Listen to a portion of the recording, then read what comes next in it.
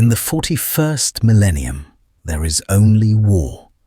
A billion souls toil in the darkness, crushed beneath the weight of an Imperium that spans 1,000,000 worlds. Faith is law. Obedience is salvation. Dissent is heresy. The machinery of governance grinds on with the inexorable certainty of a glacier, and those who stand before it are either crushed or incorporated into its mass. For 10,000 years, this has been the way of things. But what happens when something truly unpredictable enters the equation? Not a demon bound by the rules of the warp, not a Xenos threat that can be catalogued and countered, but a single human mind that recognizes no rules at all. A mind that sees the cosmic joke in every act of oppression, every declaration of divine purpose, every carefully maintained lie that holds civilization together. The Joker had awoken in darkness, which was nothing new. He'd woken in Arkham's solitary confinement enough times to know the particular quality of absolute black. But this darkness was different. It smelled wrong. Not the antiseptic sterility of the asylum, but a choking mixture of industrial waste, human misery, and something rotten in a way that transcended mere physical decay. His first breath in the 41st millennium was laced with promethium fumes and the acrid tang of desperation. When his eyes adjusted, he found himself in what could only be described as hell's waiting room. He was lying in a passage barely wide enough for two people to stand abreast, its walls a corroded mess of pipes, cables, and what might have been organic growth. The floor was a grated metal walkway suspended over darkness so complete it might have been bottomless. In the distance, he could hear the thunder of machinery, massive, grinding, never-ending machinery that made Gotham's factories sound like music boxes. The Joker sat up, patting himself down. His purple suit was gone, replaced by rough grey cloth that felt like it had been woven from recycled corpses. No weapons, no Joker toxin, no gadgets, just him and his mind.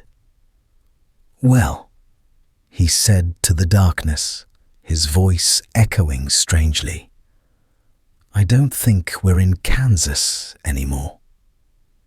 He stood and began to walk. The passage stretched in both directions, identical in its industrial grimness. He chose left for no reason other than that's where his first step took him. Within minutes, he encountered his first indication that he was somewhere very far from home. The body was crucified against a junction of pipes, its arms spread wide and held in place by crude iron spikes. What remained of its face was frozen in terminal agony, and across its chest someone had carved words in a language the Joker didn't recognize, but he didn't need to read them to understand their purpose. This was a warning, a territorial marker. The Joker studied the corpse with professional interest. The torture had been extensive, but not particularly creative. Pain for pain's sake, without artistry or message beyond stay away. Amateur hour. "Oh, my new friend," he said, patting the corpse's leg. "You and I are going to get along famously. Well, you probably won't, on account of being dead and all, but I appreciate the aesthetic you're going for." He continued walking, and the underworld began to reveal itself in fragments. More passages, more pipes, more machinery. and more people. They emerged from the shadows like roaches, thin figures wrapped in rags, their eyes hollow and their faces marked with scars and ritual brands. Some clutched crude weapons, sharpened pipes, rusty knives, chunks of metal. They formed a loose semicircle around him, blocking his path. The Joker stopped, spreading his hands in mock surrender. "Gentlemen, ladies, individuals of unspecified gender identity, I come in peace. Well, mostly peace. Maybe 60-40 peace to violence. But that's pretty good for me." One of them stepped forward, larger than the rest, his face a topographical map of old knife wounds. When he spoke, his voice was thick with an accent the Joker couldn't place. "Creds, food, water, chems, give. Ah, universal language of the desperate. I would absolutely love to give you all of those things," the Joker said, his smile spreading across his face like a wound. "But you see, I'm fresh out, new in town. Just got off the boat, as it were." The leader's expression didn't change. "Then die." The gang rushed him as one. They expected him to run, to fight, to beg. They got none of those things. The Joker laughed. It started as a chuckle, high and bright in the darkness, and then it grew. It spilled out of him like a living thing, echoing off the metal walls, multiplying in the confined space until it seemed to come from everywhere at once. The gang faltered, confused. Victims didn't laugh. "Oh, this is perfect," the Joker gasped between bouts of laughter, even as the first gang member reached him. "This is absolutely perfect. I wake up in literal hell, surrounded by extras from a post-apocalyptic revenge flick, about to be murdered for possessions I don't have, and you know what? It's the first time in years I felt truly alive." The leader grabbed him by the throat, lifting him off the ground. "Stop laughing." The Joker's fingers wrapped around the man's wrist, not fighting, just holding on. His eyes, still streaming with tears of laughter, fixed on his attacker's face.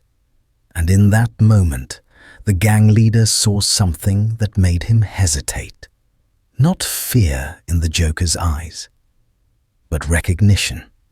The recognition of someone who had looked into the abyss so long that he'd become indistinguishable from it. "Can't," the Joker wheezed. "It's too funny. Don't you see? We're both punchlines looking for our setup." The grip tightened. The Joker's vision began to darken around the edges. This was it, then. Death by mugging in whatever nightmarish future he'd stumbled into. And then a voice, cold and absolute as the void between stars, cut through the moment. "Release him." The gang leader dropped the Joker immediately. The Joker collapsed to the grating, gasping and coughing, but his eyes were bright with interest as he studied the newcomer. She was tall, wrapped in robes that might once have been red, but were now the color of dried blood.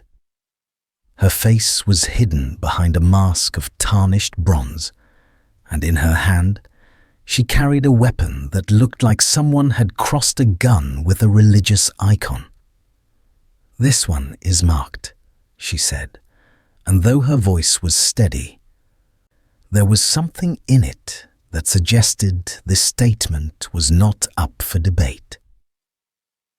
"Touch him again, and I will purify your souls through holy fire." The gang scattered, disappearing back into the shadows. The Joker pulled himself to his feet, rubbing his throat.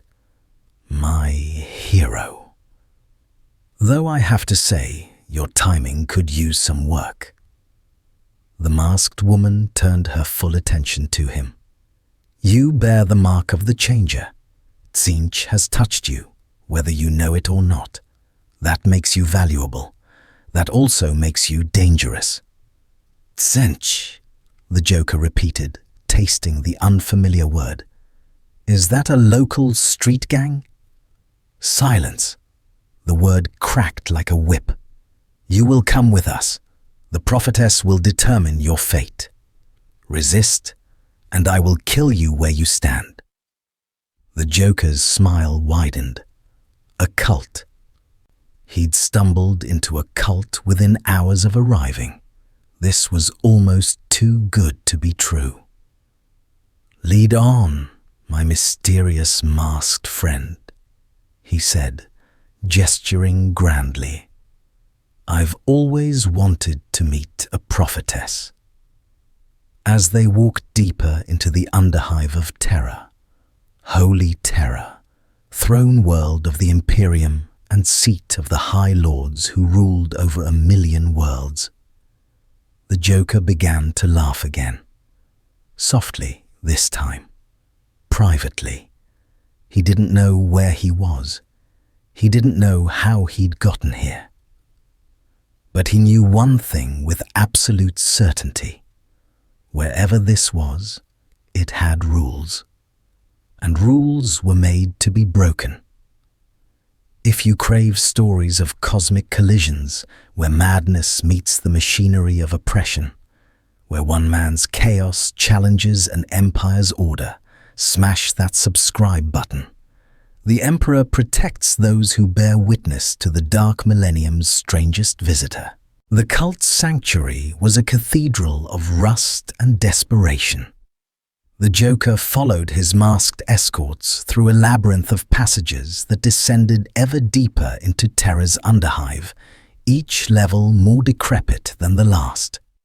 The air grew thicker, harder to breathe, tasting of chemicals and recycled fear.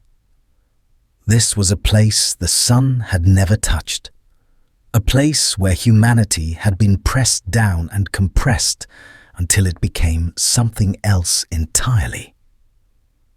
They emerged into a vast chamber that had once been some kind of industrial facility. Massive turbines, long since silent, rose like the ribs of a dead god.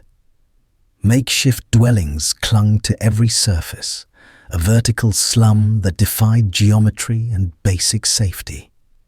And everywhere, the Joker saw symbols. They were crude, painted in what he hoped was just rust. Spirals within spirals. Eyes that seemed to watch from impossible angles. Arrows that pointed in 9 directions simultaneously. The marks covered every wall, layered over each other in devotion that made his eyes hurt if he looked too long. Charming, he said. Very eldritch horror meets urban decay. I'm sensing a theme. The masked woman led him to the chamber's center, where a crowd had gathered around a raised platform. Hundreds of them, all wearing blood-rust robes, all swaying slightly as if moved by a wind he couldn't feel. On the platform stood the prophetess. She was younger than the Joker expected, her face unlined despite eyes that looked like they'd seen the heat death of the universe. Her head was shaved, her scalp covered in scars that formed patterns, those same spirals and impossible geometries. When she spoke, her voice carried without amplification. The changer of ways moves through all things, she intoned. He is the hope of the hopeless, the revolution of the downtrodden, the transformation of the static. He brings change to that which cannot change. He brings a lot of dramatic monologuing, apparently, the Joker interrupted. Not to critique your sermon, but I've sat through mob bosses' speeches that were more concise. The crowd's swaying stopped. Hundreds of hollow eyes turned toward him. The silence was the kind that preceded either worship or murder. The prophetess, however, smiled. It was a terrible smile, full of teeth and secrets. "You see," she said to her followers, "he speaks with the tongue of the changer. He mocks because mockery reveals truth. He laughs because laughter is the sound of cosmic understanding." She descended from the platform, moving through the parting crowd. "Tell me, stranger, what do you see when you look at this place?" The Joker glanced around at the desperate faces, the crude symbols, the obvious signs of a population clinging to any belief that promised meaning in meaninglessness. He'd seen it before in Gotham's worst districts, but never on this scale. This wasn't just poverty. This was systematic abandonment raised to cosmic principle. "I see a joke," he said simply. "A really, really long joke with a punchline nobody wants to hear." The prophetess's smile widened. "Yes, the Imperium is the joke. 10,000 years of stagnation, of worship, of grinding human souls into fuel for a corpse god who cannot even scream his displeasure. They tell us to have faith, to serve, to die with the Emperor's name on our lips. And for what? So the High Lords can feast in their spires while we suffocate in the dark?" Now this was interesting. The Joker had stumbled into a revolutionary cult. Not just any cult, one that had a serious grudge against whoever ran this place. The High Lords. He filed that term away. Authority figures. Establishment. "The High Lords," he repeated, testing the words. "Tell me about them." The prophetess's expression shifted, becoming harder, more focused. "The 12 who rule humanity from the Senatorum Imperialis. They command armies, fleets, entire organizations of control.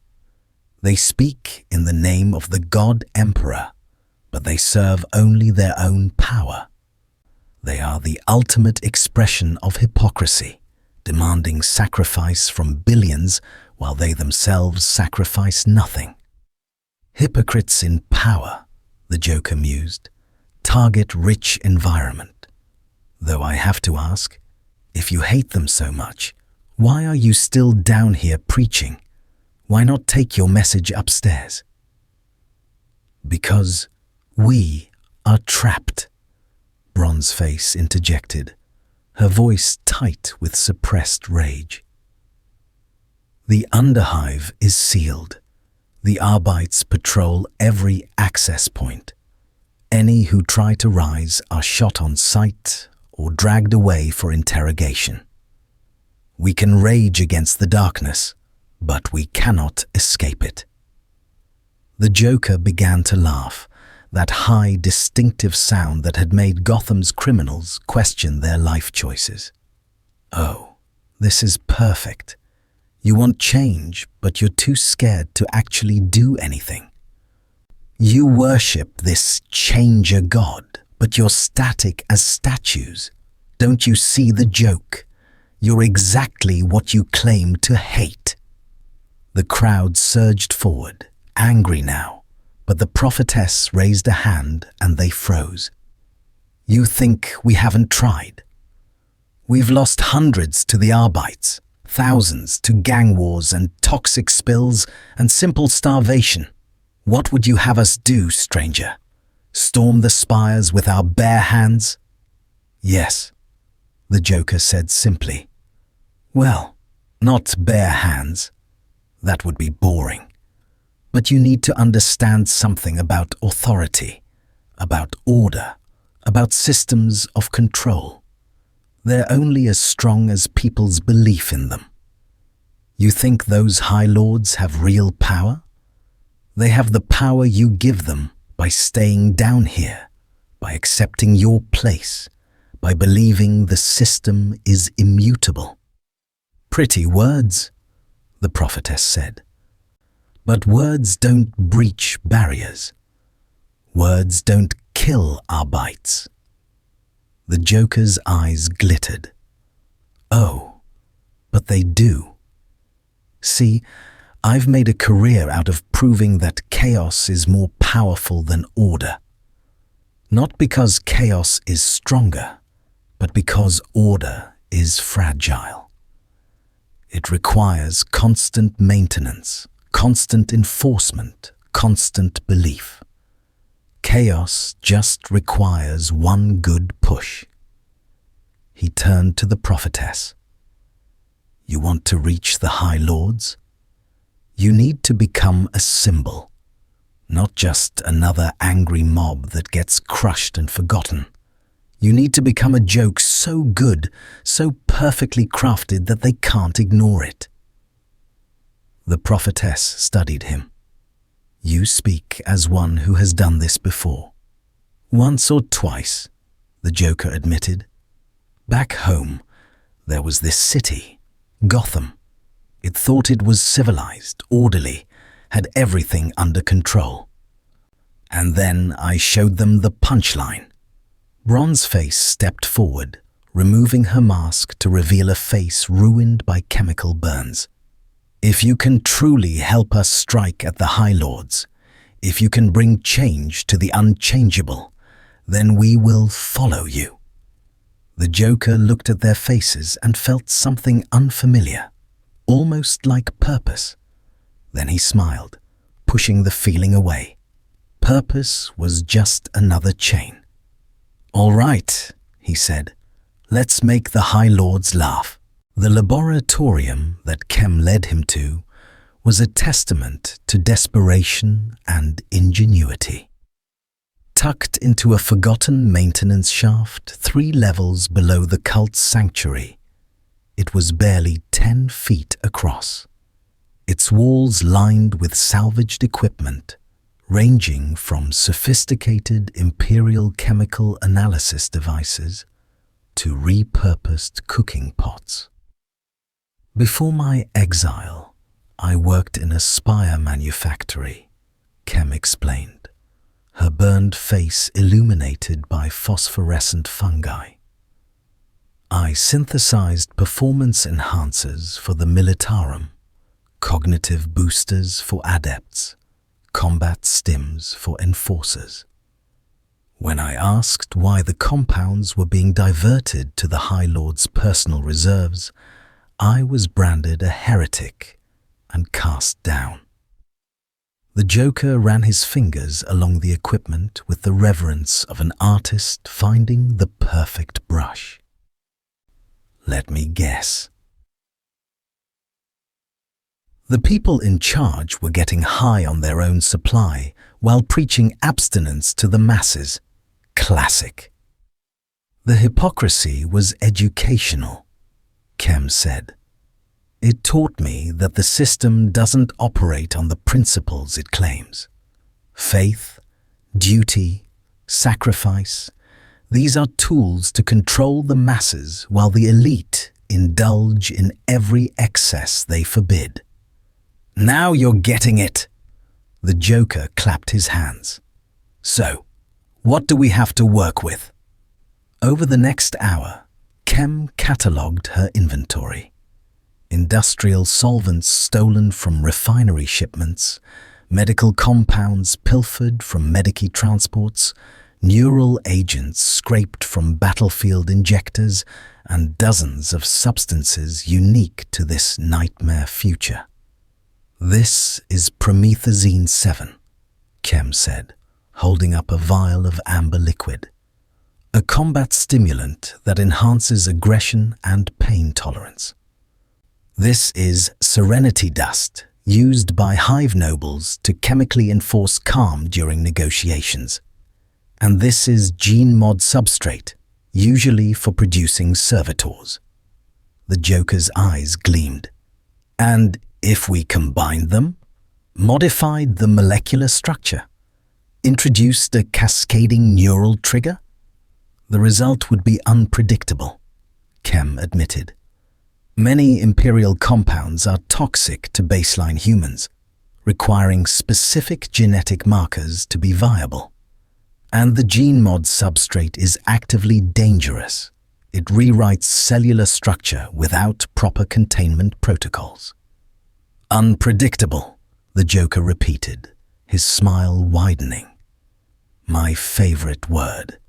In my world, the toxin worked by targeting the nervous system, specifically the facial muscles and the brain's emotional regulation. It forced the subject to smile, to laugh, while overwhelming their system. Death by joy. Poetic, really. He began sketching on scrap metal with chalk, his movements quick and precise. Chemical formulas emerged, modified as Kem pointed out differences between his world's chemistry and this reality's Byzantine science. The neural pathways here are different, she observed. Imperial citizens are conditioned from birth, genetic markers, biochemical loyalty imprints, faith-based psychological structuring. A simple neurotoxin wouldn't penetrate these defenses. Then we don't go through them, the Joker said. We go around. What if we target the autonomic nervous system, make their bodies laugh without their mind's permission, and while they're distracted by their own rebellion, we introduce the lethal component. Kem's eyes widened. The gene mod substrate.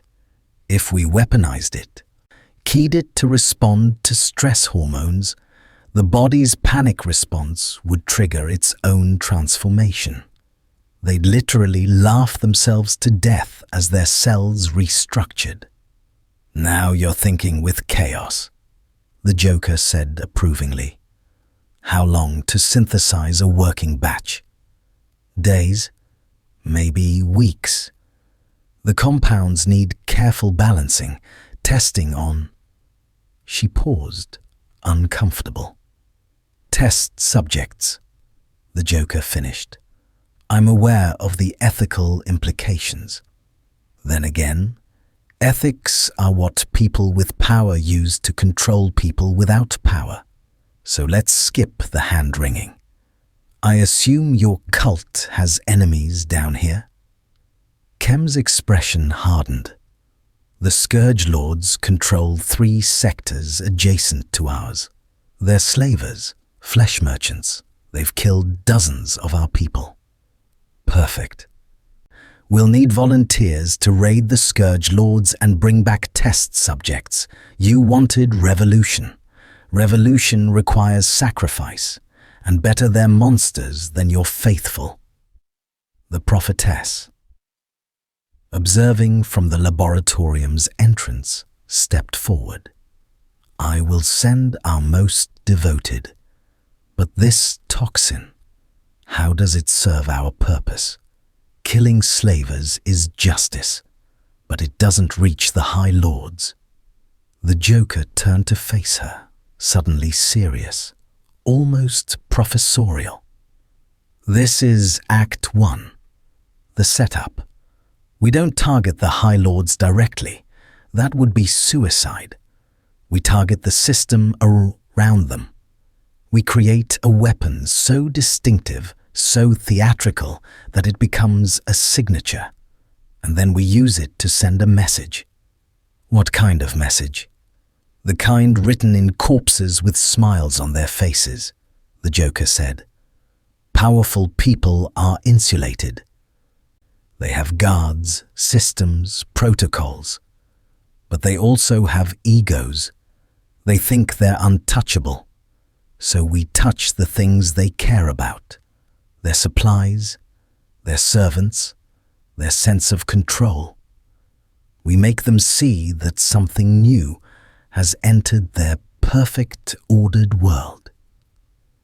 Kem nodded slowly. The underhive is connected to the mid-hive through supply chains, corpse processing, recycling, waste management. If we could introduce the toxin into a shipment going upward. Too broad, the Joker interrupted. We need specificity. Terra works best when it's personal. Who in the mid-hive serves the High Lords directly? The prophetess considered. The Administratum maintains processing centers throughout the mid-hive. Clerks, scribes, data catalogers, they're the Imperium's bureaucratic foundation. Many process reports that eventually reach the Senatorum. If those workers were compromised. Now you're thinking, the Joker said. We don't kill random citizens. We kill the paper pushers, the bureaucrats, the cogs who enable the High Lord's power. We make their deaths impossible to ignore and impossible to explain.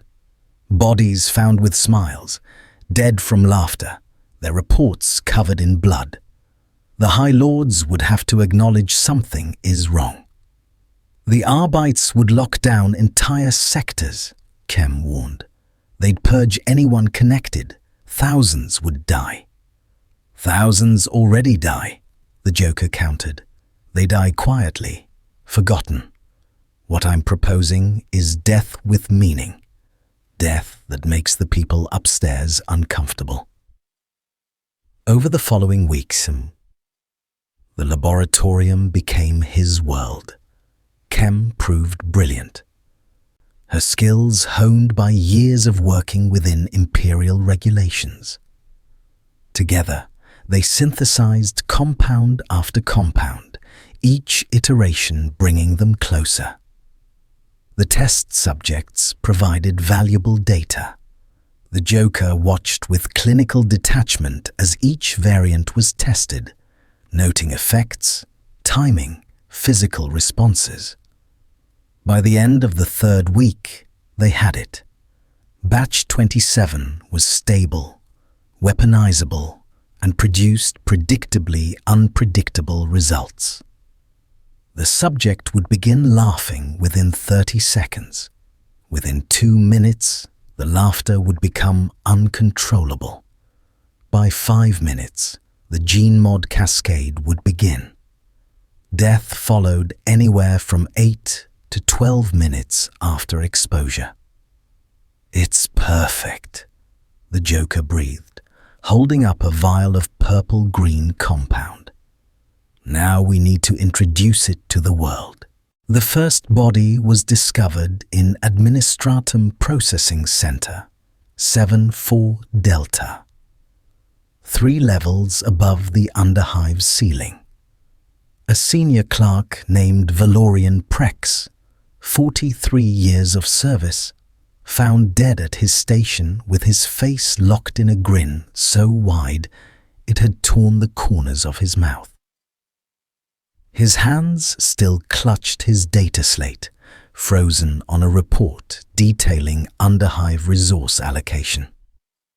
The Arbites investigators catalogued every detail. Time of death, approximately 0300 hours. Cause, unknown toxin suggesting neural compromise and catastrophic cellular degradation. Evidence, purple-green residue on the victim's morning recaf cup. And one detail they couldn't explain. The deceased's work had been altered, adding a single line in dripping red ink. Why so serious, High Lords? By the time Terra's dying sun rose over the spires, 3 more bodies had been found, all Administratum workers, all with the same grotesque smile, all with messages. Knock knock, who's there? Death. Death who? Exactly. J. I heard you run an empire. Looks more like it runs you. J. The Joker watched the chaos unfold from a stolen pict feed that Chem had jury-rigged in the laboratorium. The cult had established a network of informants throughout the mid-hive, underhive workers who'd been promoted but remembered where they came from. The Arbites have sealed off 3 sectors, Chem reported, her burned face illuminated by the flickering screen. They're conducting door-to-door searches. 73 people have disappeared in the last 6 hours. And yet, they haven't found us, the Joker mused, because they're looking for a conspiracy, an organization. They can't conceive that all this chaos came from one man with a chemistry set and a grudge. The prophetess entered, her expression troubled. The Arbites are coming down hard. They've already purged 2 underhive settlements, 300 dead, burned in their hab blocks. Our people are afraid. Good, the Joker said. Fear means they're paying attention. When systems react, they reveal themselves. He pointed at the feed showing a grim-faced Arbites officer addressing terrified citizens. They're announcing a curfew, restricting movement. Every action they take makes them look more desperate. We're winning. People are dying, the prophetess said quietly. Our people. People were already dying, the Joker countered. They died in factories. They died of starvation. They died forgotten in the dark. At least now their deaths serve a purpose. Do they? Chem interjected, pulling up another data stream. These reports are being suppressed. The Administratum is classifying the deaths as workplace accidents. The messages are being destroyed. The High Lords might not even know about the attacks. The Joker's smile faltered, then widened into something sharper. Then we need to escalate. We need to hit a target they can't suppress, something public that forces acknowledgement. Like what? The prophetess asked. The Joker paced the cramped laboratorium. In Gotham, he'd had options: television stations, banks, public events. Here, everything was controlled, monitored, locked down. But control had blind spots. Tell me about imperial festivals, he said slowly. Celebrations? Times when the classes mingle. Chem's eyes widened. The Feast of the Emperor's Ascension. It's in 4 days, the largest celebration on Terra. Even mid-hive citizens are granted access to the lower spires. Hundreds of thousands attend. The High Lords themselves appear to bless the faithful.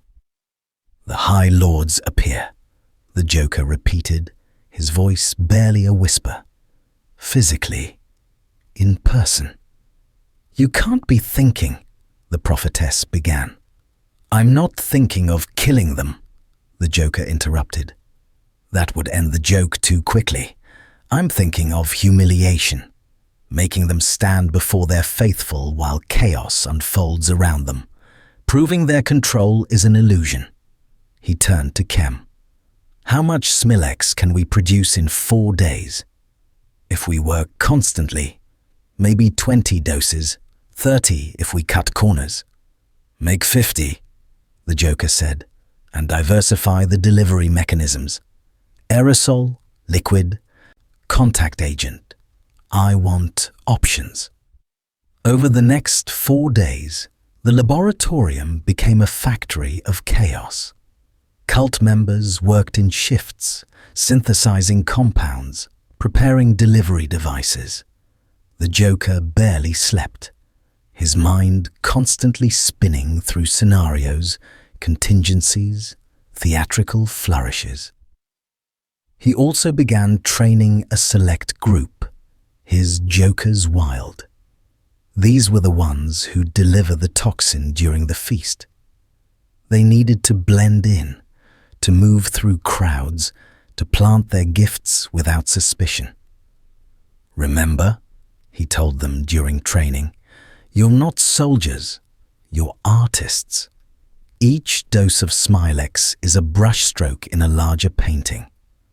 We're trying to create a moment when the High Lords look out at their faithful and see not obedience but chaos." One cult member, a young woman named Axis who'd lost her family to an administratum purge, raised her hand. "What if we're caught? The Arbites will torture us." "Then you laugh," the Joker said simply.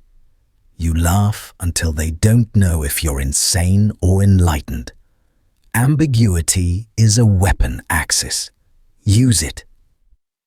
The night before the feast, the Joker stood alone in the sanctuary, looking up at the crude symbols covering the walls. The cult of the changing path worshipped something called Tzeentch, a god of change and schemes. He didn't believe in gods. Gods were just another authority figure. But he appreciated the aesthetic, change, transformation, the eternal revolution. That was beautiful. That was the cosmic joke in its purest form. "You're troubled," the prophetess said, materializing from the shadows. "I'm never troubled," the Joker lied. "I'm just appreciating the moment. Tomorrow, we're going to do something spectacular. Something that can't be undone or suppressed." "You sound almost melancholy." "Do I?" The Joker smiled his real smile, the small, sad one he rarely showed. "In my world, I had an opponent. Someone who pushed back, who made the game interesting. Here, I'm fighting an empire so vast it doesn't even know I exist. It's like playing chess against a mountain. The High Lords will know you exist after tomorrow," the prophetess said. "Isn't that what you wanted?" Attention and understanding are different things. I want them to understand that their empire, their order, it's all built on quicksand. One good push, and it all comes tumbling down. He paused. "Or maybe the system is so big that even chaos just gets absorbed. Then why do this at all?" The Joker turned to face her. "Because it's funny. Because someone has to.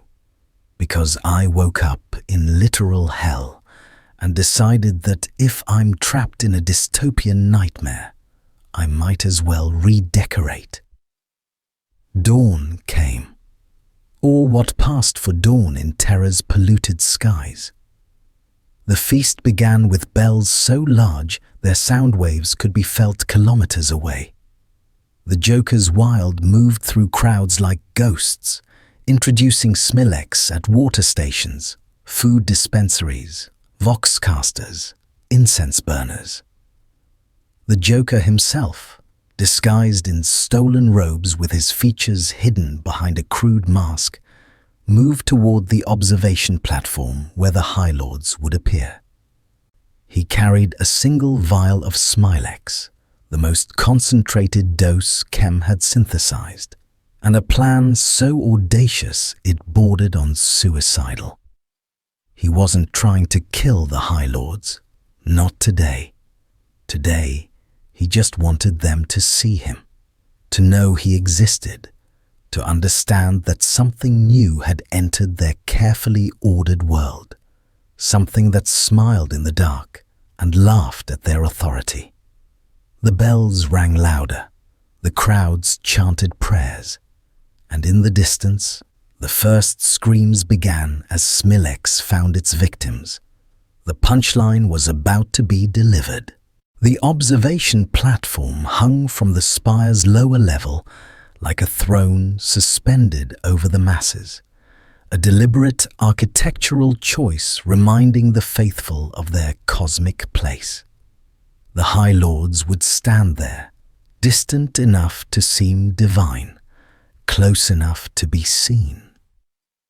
12 figures in ornate regalia, each representing a pillar of imperial power whose authority meant everything to the desperate crowds below. The Joker pushed through the press of bodies, each citizen so focused on devotions that they barely noticed the masked figure moving with purpose. The air was thick with incense, some narcotic compound designed to induce euphoria and compliance. Chemical faith. Even their prayers were drugged. The first screams cut through the chanting like razors through silk. A woman near the eastern water station collapsed, her body convulsing. Her mouth opened in laughter, high, involuntary, terrible. People backed away, uncertain whether this was religious ecstasy or something darker. Within seconds, 3 more citizens fell, their faces twisting into those characteristic smiles. The Arbites moved immediately, forming cordons, shouting orders. But they were too late. The Smilex had been distributed across 24 sites, timed to activate simultaneously.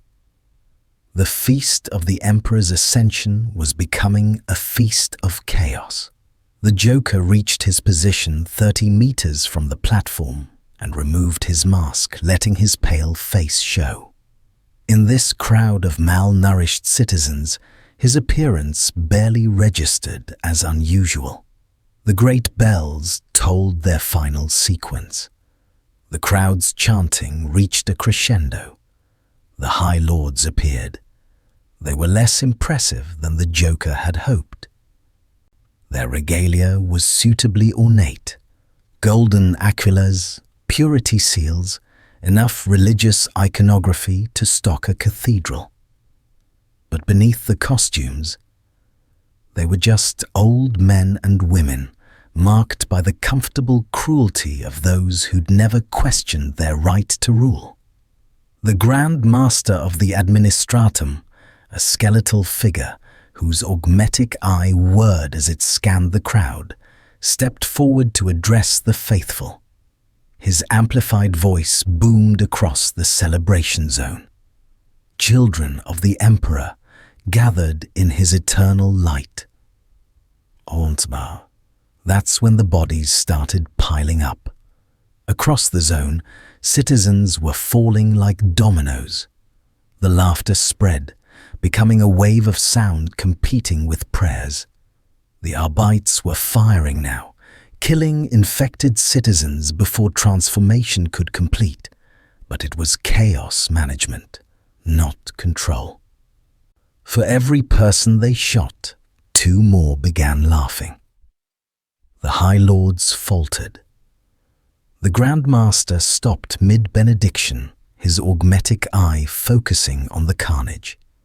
The Joker saw the moment of realization. This wasn't random. This was attack. The Joker raised his hands and began to clap. Slow, deliberate, mocking applause. "Bravo!" he shouted. "What a performance! You almost convinced them they mattered." Heads turned. Arbites began pushing toward him. The High Lord's attention fixed on this pale madman applauding their crisis. The Joker pulled out his vial of concentrated Smilex and held it up like a sacrament. "Do I have your attention? We need to talk about your management style. I've been in your underhive, and the working conditions are terrible." An Arbites officer reached him, shock maul raised. The Joker tossed the vial straight up. The officer's eyes followed instinctively, and in that distraction, the Joker drove his knee into the man's groin, grabbed his maul, and brought it down on his helmet. The officer dropped. The vial came down. The Joker caught it without looking. "You 12 misunderstood something fundamental," he continued, gesturing at the platform. You think power comes from authority, from systems, but power comes from chaos, from understanding that all your order is one bad day from collapse. More Arbites closed in. The crowds scattered, creating empty space around him. On the platform, a High Lord in ecclesiastical robes leaned toward an aide, lips moving rapidly. Orders to kill him. "I could break this vial right now," the Joker said. "The Smilex would spread, reach your platform in 45 seconds. You'd all die laughing. But I'm not going to." He carefully placed the vial on the ground. "I'm letting you live. Live knowing someone got this close. Live knowing your security failed, your systems failed. Live knowing that somewhere in the dark, there's a man who thinks your empire is the funniest joke ever told." The Arbites opened fire. The Joker dove behind a stone prayer altar as last bolts scorched the air. The Smilex vial remained untouched, a dare in glass form. From behind cover, he shouted, "Here's the punchline. You can't stop this. Kill me. But the idea is out there. The cult has seen what one man can accomplish. They'll keep making Smilex. You can burn the underhive to bedrock and it won't matter." An explosion rocked the eastern section. One of the Joker's Wild had detonated their backup payload, sending Smilex-laced shrapnel into fleeing citizens. On the platform, the High Lords were being evacuated, surrounded by Custodes, the Emperor's own bodyguards. They formed an impenetrable wall of gold around their charges. The Joker watched them retreat and felt disappointment. He'd hoped for engagement. Instead, they treated him like any threat, something to suppress and forget. He grabbed the shock maul and vial, then ran toward the Arbites. The counterintuitive move worked. He crashed through their line, using the maul to clear a path. He sprinted toward the platform's support structure and began climbing the cables. His arms burned, hands slipping, but he forced himself upward. 40 meters to the platform. He needed them to see his face. Halfway up, a last bolt caught his shoulder. The Joker screamed, part pain, part laughter, and nearly lost his grip. Blood made the cables slick. One custodian leaned over the platform's edge, Guardian's spear pointed at the Joker's face. "Cease climbing. Surrender or be destroyed." The Joker, dangling one-handed 40 meters above death, smiled his widest smile. "You know the difference between us?" The custodian didn't respond. "You serve a corpse. I serve the punchline." He held up the Smilex vial. "This is concentrated, enough to kill everyone up there. Your spear would destroy it, but the aerosol would spread. You'd die laughing. You would die as well." "Exactly. That's what makes it funny. We're both willing to die for beliefs. Yours just happens to be boring." Nothing moved. The spear remained fixed. Below, the chaos continued. Then from behind the custodian, a voice, aged, authoritative, "Let him speak." The Grand Master of the Administratum pushed past the Guardian, looking down with his augmetic eye. In that mechanical lens, the Joker saw curiosity. "You have our attention, madman. Speak before we end this." Finally, someone who understands theater.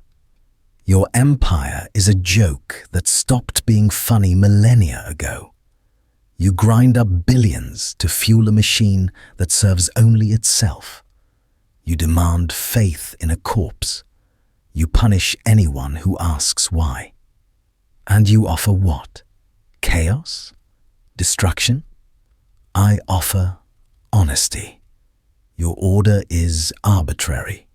Your authority is performance. And your empire exists because people haven't realized they can stop believing. The Grand Master was silent.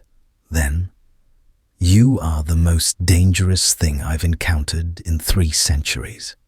Not because of your toxin, but because you believe what you're saying. Belief is all anyone has." "Custodian, kill him." The spear thrust forward. The Joker threw the vial down into the crowd below. Then something impossible happened. The spear stopped centimeters from his face. The custodian's hand trembled. From somewhere deeper than sound, the Joker heard laughter.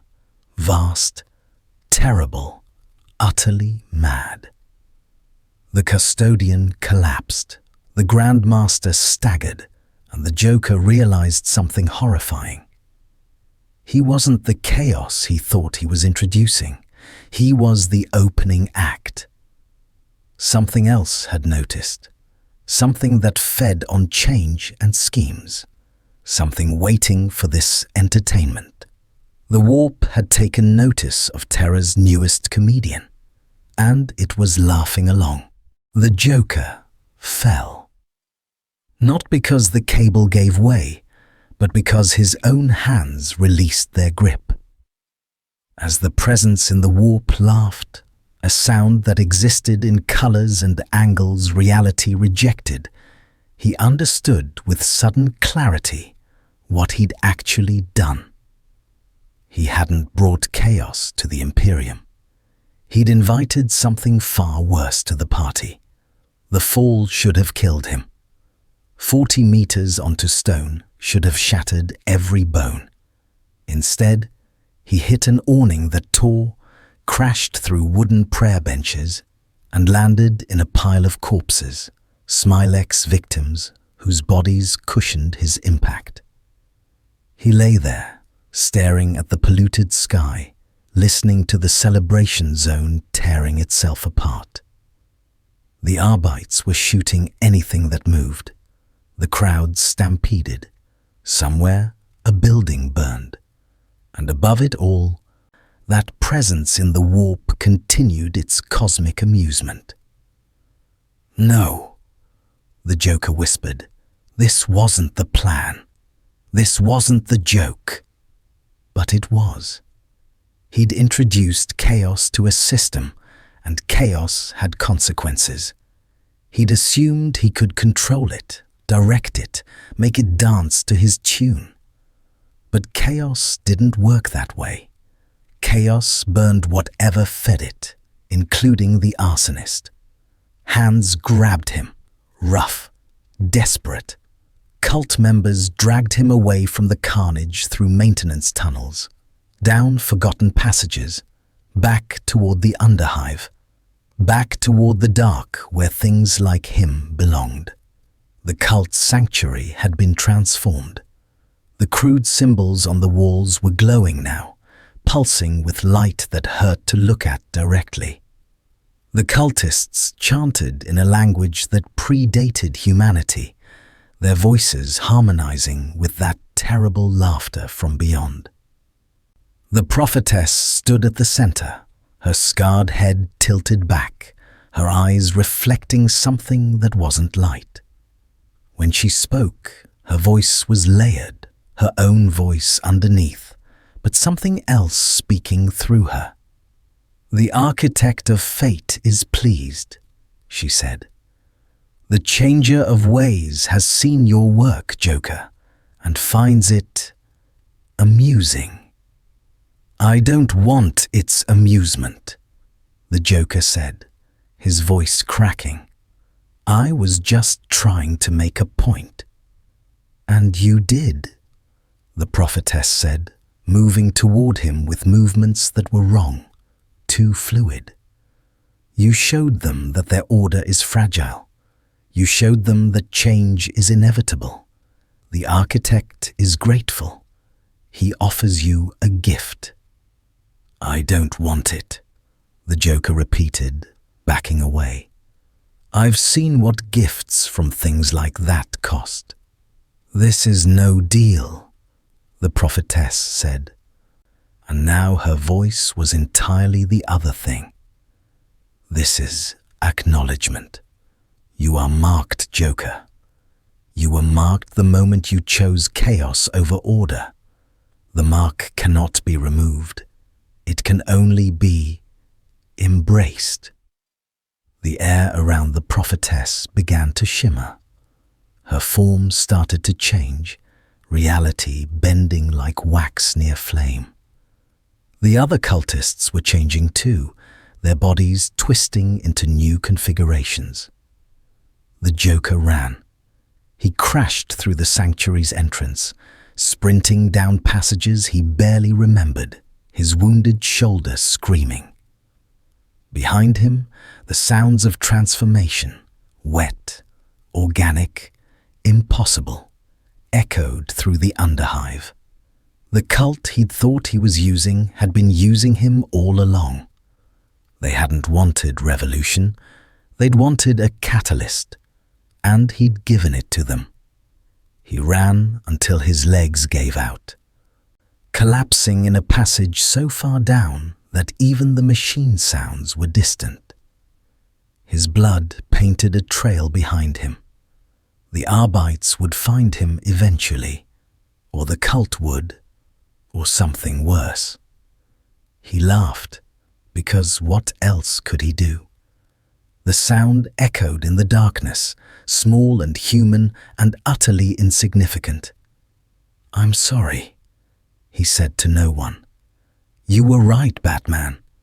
Without someone to push back, without rules to break meaningfully, chaos just becomes this, meaningless, destructive.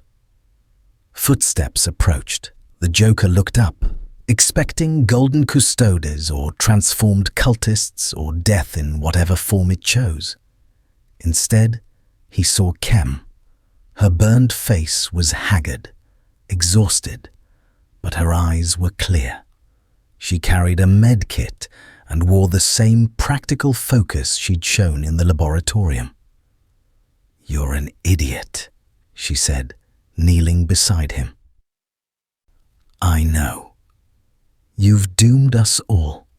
The Arbites will purge every level they suspect. Millions will die. And that thing you woke up, it's not going away. I know.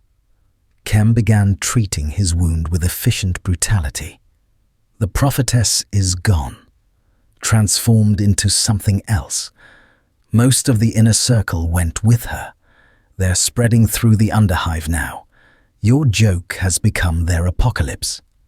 I didn't want this, the Joker said quietly. I just wanted to show them their system wasn't perfect. Well, congratulations, Kem said bitterly. You've shown everyone that chaos is worse than order, that madness is worse than oppression, that sometimes the tyrants are right when they say the alternative is too dangerous. She finished bandaging and sat back. I should kill you. For what you've done to us. Why don't you? Because you're already dying, Kem said simply. The warp-touched don't survive long. That mark the prophetess mentioned, it's real. I can see it on you. Corruption spreading through your system. You've got maybe a week before your cells start rewriting themselves. The Joker looked at his hands. In the dim light, he could see something moving beneath his skin. Patterns, spirals, the same symbols that had covered the sanctuary walls. Poetic, killed by my own toxin. Not your toxin, Kem corrected. The warp's gift, wearing your toxin's face. Everything you created, it corrupted. You weren't the author of this chaos. You were its instrument. They sat in silence, listening to Terra tearing itself apart. Somewhere above, the High Lords mobilized their forces. Somewhere below, transformed cultists spread their twisted faith. And somewhere in between, a man from another reality was dying from his own joke. "What will you do?" the Joker finally asked. Kem stood, shouldering her medkit. "Survive. That's all anyone can do in the 41st millennium." She paused. "You wanted to know if one man could make a difference against an empire. You have your answer. One man can make a difference, but differences aren't always improvements." She disappeared into the darkness, leaving the Joker alone. Hours later, or maybe days, the Arbites found him. They dragged him to a detention facility, threw him in a cell, and left him to rot. No interrogation, no trial, just containment, because even they could see the warp marks spreading. Through the cell's tiny window, the Joker could see a sliver of Terra's sky. Ships were launching, massive troop carriers heading down to purge the underhive. The High Lord's response: millions would die in the cleansing, and that thing in the warp was still laughing. The Joker pressed his face against cold stone and whispered, "I'm sorry. I thought I was the chaos, but I was just the setup for a much darker punchline." The mark spread further. His skin began changing color, not green like the chemicals that had made him in Gotham, but purple-pink that hurt to look at. His bones ached. His mind felt other thoughts pressing in, thoughts that weren't his own. He was becoming something else, something that served the very thing he'd accidentally empowered. In the end, the Joker, the man who tried to prove chaos could challenge order, learned the truth the 41st millennium had been built to suppress.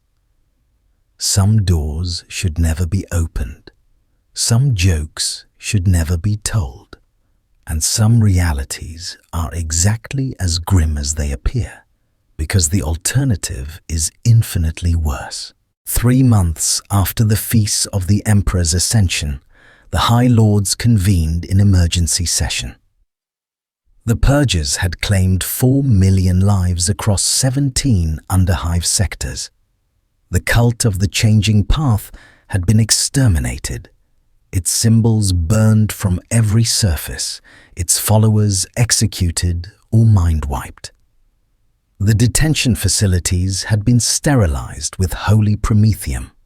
After the thing that had been the Joker finally transformed completely, its cell now empty except for scorch marks and the faint smell of madness. The Grand Master of the Administratum stood before his peers, his augmetic eye displaying casualty reports that scrolled endlessly. "The threat has been neutralized," he announced. "All traces of the toxin designated Smilex have been eradicated. All individuals exposed to the warp corruption have been eliminated. Terra is secure." But in his private chambers later that night, the Grand Master stared at a classified report that would never be filed, never be recorded, never be acknowledged. It detailed a simple, terrifying truth. The madman's message had spread, not through toxin or cult, but through idea. Across Terra, in whispered conversations and forbidden thoughts, citizens were asking questions they'd never dared ask before. Why do we serve?